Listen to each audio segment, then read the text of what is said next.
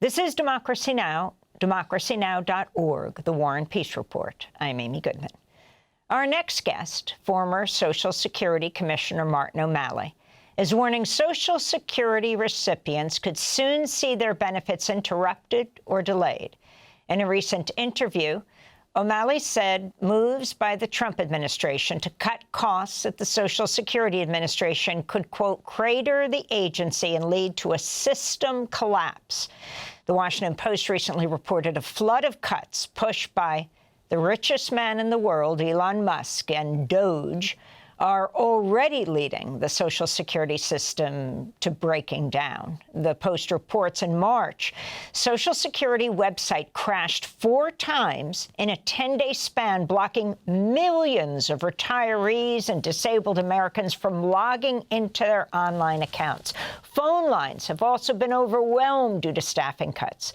According to the group Social Security Works, around half of all seniors rely on Social Security for most of their income, while 25% of seniors rely on it for virtually all of their income. The average annual payout to these seniors is just $20,000 a year. Last month, Trump's Commerce Secretary, billionaire Howard Lutnick, sparked outrage after suggesting only fraudsters would complain if Social Security checks don't go out on time. Let's say Social Security didn't send out their checks this month. My mother-in-law, who's 94, she wouldn't call and complain. She just wouldn't. She'd think something got messed up, and she'll get it next month. Yeah. A fraudster always makes the loudest noise, screaming, yelling, and complaining. Trump advisor Elon Musk recently described Social Security as a Ponzi scheme during an interview with Joe Rogan. Well, I mean, the government's one big pyramid scheme, if you ask me. Yeah, well, you can tell me better than anybody. Social Security is the biggest Ponzi scheme of all time. Elon Musk's attacks on Social Security come as the Trump administration's moving to cut off benefits to more than 6,000 immigrants who'd lawfully obtained Social Security numbers were paying into the system for years. The administration's doing this by falsely labeling them as dead to cut off their benefits. We're joined now by Martin O'Malley, who served as Social Security Commissioner under President Biden. He's also the former governor of Maryland and the former mayor of Baltimore. It's great to have you with us, Governor O'Malley, Commissioner O'Malley. If you can start off by explaining why you say that you think the Social Security system in this country is on the brink. Well, because of all of the things that Elon Musk and the DOGE team and Donald Trump have been doing to Social Security with a speed and a virulence that I think is stunning, shocking. I mean, they have, Amy, actually been paying people with our money at an agency that was already at a 50-year low of staffing and all-time high beneficiary customers. They've been paying them to leave. They have created a hostile work environment. They have engaged in wholesale, firing entire offices and divisions. They have driven out almost by now 10,000 people out of the agency. They say 7,000. It's going to go down to 10,000. And part of that is a 50% reduction in the people that keep the IT systems going. Those same IT systems that never missed a beat and sent out the checks, the right amount to the right person at the right time every month, all through COVID. They have cut the IT department in half. You're seeing, as you just mentioned, outages in some of the customer-facing aspects of it. Those outages are going to become more regular rather than intermittent. They're going to happen for longer durations.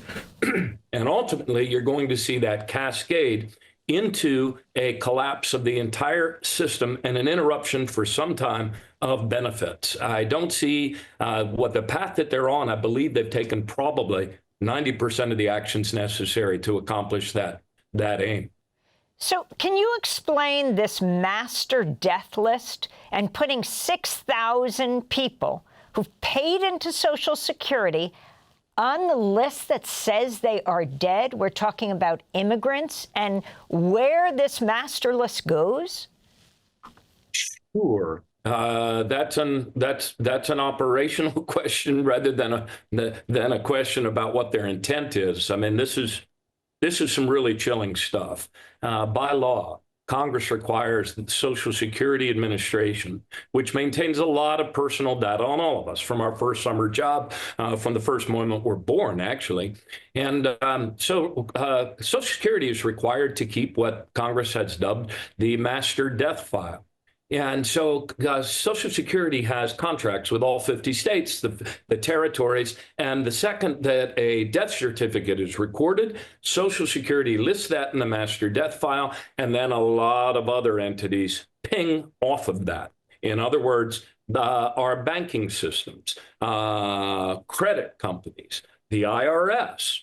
And so if you list somebody as deceased, when clearly they're not deceased, it has the effect, as their puppet acting commissioner of Social Security said, it has the effect of terminating the financial lives of people here in the United States. It is a stunning, willful criminal act, any one of those counts, to put a false information into a federal record, and in particular, a Social Security record, and yet they're doing it with a breadth, in total violation, a breadth and a scope and a depth, way beyond anything that's happened before, and actually in direct contravention and direct exactly opposite of what a federal judge ordered them to do, which was stay the hell out of our personal data. Now, you have, at the same time that all of this is happening, the degrading of the system, President Trump insisting that he's not planning to cut Social Security. But can you talk about what you see as Trump and Musk's ultimate vision for Social Security? Do they just want to make it unworkable so that it's privatized? And in this, talk about the history of Social Security. How many people get at Social Security and disability benefits as well? Sure. For 90 years, Social Security has never, ever missed a monthly payment. And right now, there are approximately 73 million Americans who are in pay status, who are beneficiaries, whether in the survivor and old age aspect and widows and orphans, or whether it's people with disabilities who can no longer work. Now, the question you ask, Amy, about what their ultimate goal is hard to figure. Social Security, as you probably know, and many of your viewers know, is not a Ponzi scheme. It is a pay-as-you-go program. Americans working this year pay in $1.3 trillion, and Social Security pays out those same dollars to beneficiaries. And when, as now with baby boomers moving through the system, Social Security makes up any difference from its large surplus reserve. And many people believe it is that large surplus reserve, the only agency that runs a large surplus reserve of $2.6 trillion, that Donald Trump and Elon Musk have their eyes on. I don't know what they want to do with that money, but it does appear that they're trying to precipitate an emergency situation, knowing that Congress would never allow them to touch it absent an emergency.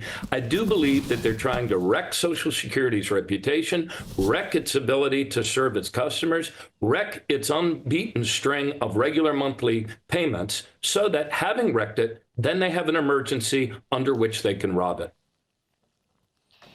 So if you can talk about what has happened when it comes to, first they said they're going to cut off the phone ability to call a helpline, which for so many Social Security recipients is the only way they could communicate with Social Security. That would force them to satellite offices, of which they closed many. What is happening right now, and what do you say has to happen to fix this system at this point? Golly, it is going to take years now to build back Social Security. You know, last year, the men and women of the Social Security Administration achieved some of the best customer service timeliness achievements, and certainly since before COVID. Some of them, you know, the best timeliness in 10 years. For example, answering that phone, it used to be an average wait 42 and a half minutes. They got that down to just over 12 minutes. But now all of those things are going in the wrong direction. Social Security is one of the most trusted brands in the entire federal government, second only to the National Park Service and Smokey the Bear. So what they have to do in order to get away with whatever their end goal is, on, you know, with their eyes on that big trust fund, they have to degrade its ability to serve customers. They have to turn people away from it or against it. You've heard a lot of big lies about Social Security. You've heard Elon Musk say it's a Ponzi scheme, just like the rest of our government. Illegal immigrants get Social Security benefits when they don't. You've heard about the zombie apocalypse. That is, millions of people roaming the earth and taking our money. None of those things is true. But the other big lie you hear, Amy, is that Social Security is bad. It's always been bad. It's never really worked. So that's the big lie they're pushing, and then they demonstrate it by cramming as many people into Social Security offices as they can for services that they used to be able to get online or used to be able to get on the phone. And that's going to be the evidence then that they create that it's always been bad. So, we had to privatize it or we had to liquidate it. Here's your lump sum.